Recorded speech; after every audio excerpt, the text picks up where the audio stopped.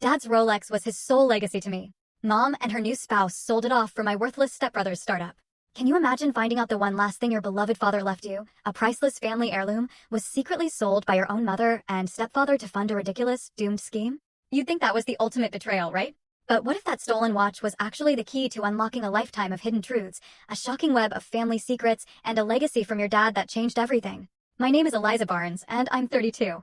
It's been 3 months since I lost my dad to heart failure, and I still miss him every single day. The only thing he specifically left me in his will was his cherished Rolex watch, a family heirloom passed down from his father. It wasn't just a watch, it was a symbol of our connection, our history. Then, last week, my world truly shattered. I discovered my mother and her new husband had secretly sold it, pawned it off, to fund my stepbrother Dominic's latest, absolutely ridiculous business scheme. I was devastated, absolutely heartbroken.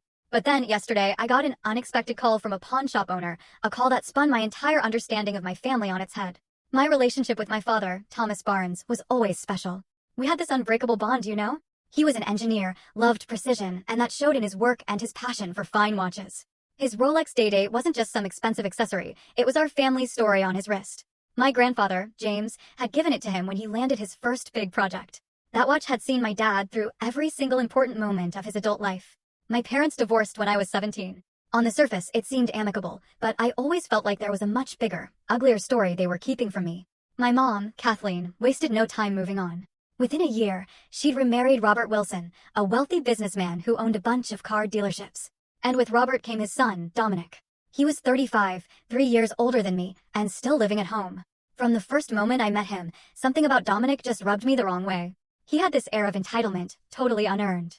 He could never hold down a job for more than 6 months, always blaming everyone else for his failures. And yet, Robert just kept funding his lavish lifestyle and endless string of business ventures that inevitably, gloriously crashed and burned. His latest? A mobile app that was supposed to revolutionize coffee ordering.